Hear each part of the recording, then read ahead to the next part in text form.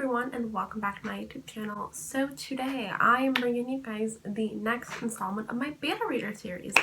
So today I wanted to break down all of the questions that I asked my beta readers, but then I realized that that would be such a long video, so instead I'm splitting it up into two parts. So today is obviously going to be part one, and I'm going to be sharing with you guys all of the questions that I asked my beta readers for each of the individual sections.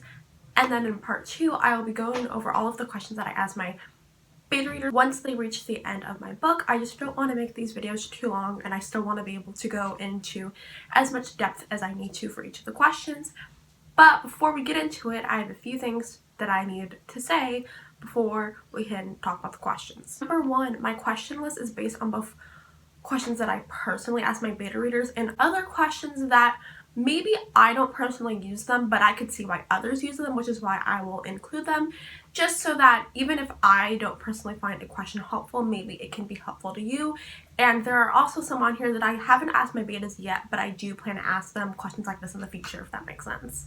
And number two, the number of questions that you are going to ask your beta reader for each section is going to vary on a lot of factors, and for each round it's probably going to change, because as you go through the rounds, you are probably going to be able to take out certain questions since you have already gotten the feedback that you've needed, and thus you have fixed the problem. Now, with that being said, I'm going to list all of the questions that I ask and basically why I ask them and why they are helpful for you as the author. Question number one: what are your favorite and least favorite parts of this section? This question is really helpful because this will basically give you an overview of what parts of the section are good and which parts of the section aren't good.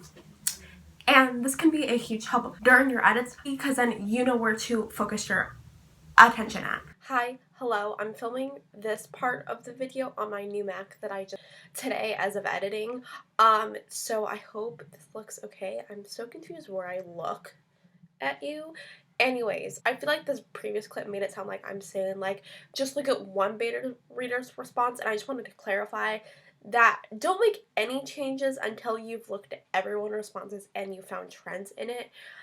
Yeah, just like don't do that. But this question is helpful to ask because once you have asked all of your betas, then you can find the trends in it, and then you can see what the best parts of your sections are and what the worst parts are. I hope that made more sense. Okay, let's get back to the video. So for each section, I ask my beta readers every character that appears in the section, as long as they are relevant. Now, in my opinion, characters are really the heart of the story, which is why I take the time to just kind of see how my readers are feeling for each of the characters. And again, this can really help you to kind of just guide the editing process. It can really be a huge help. Number three, scene-based questions. This one is probably really obvious. This is basically just where you ask about each scene that occurred in whatever section that they read. So for me, I'll basically just like ask, what did you think of the scene where, and then I'll like summarize the scene in like one sentence, and I'll just ask them that, because most readers won't know what you mean. Like if you're just like, oh, so what did you think of the first scene? What did you think of the second scene? Because although that would be a lot more convenient for us writers, it's usually easier just to like flat out say whatever scene that you're talking about.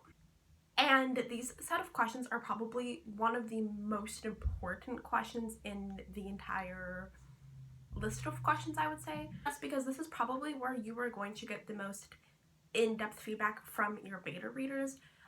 Just because, you know, this is the scene so that they can just focus on it and let you know all of their thoughts. And this is also where, as the author, you probably are going to have to do some of the most work to fix things that they don't like. Number four, clarification questions. So this isn't like a certain type of question, it's kind of just like a general group of questions, if that makes sense. And this is basically just where you can ask your betas like about something that you're not sure if it makes sense. For example, in my book, the first part of my book is really about Ronan like becoming a werewolf and kind of coming to terms with that, because this is his first introduction to the supernatural world. So he, you know, him just being like, oh, I'm a werewolf now wouldn't be very realistic. I asked my beta readers if his reaction to realizing that he is a werewolf, just seeing if that was realistic. So you could ask questions like that just to make sure that concepts in your book are coming across like how you intended them to. Number 5, questions about known issues. So this is one that I would say will usually only apply if you are like on your 2nd, 3rd, 4th round or something like that. But even if you're just on your 1st round and you know that there's a certain issue in your that you might need some more help with, this is a great like way to ask it. Number 6, are any parts confusing or unclear? So most of my beta readers will mention if something is confusing in the appropriate scene question, but I still like to ask this question just in case they didn't think to mention it before this one. Obviously, no one wants to read a confusing book, so you just want to make sure that your book isn't confusing and that you can fix the stuff that is confusing, so it's a good question to ask. Number 7, how would you rate this section and why? So the reason I include this question is just because I think that it's a good tool when like comparing the different sections, if that makes sense. So for example, let's say that for section 1 the beta rated it 4 out of 10, and then let's say the next section they rated it 7 out of 10, and then on the 3rd section they gave it 9 out of 10.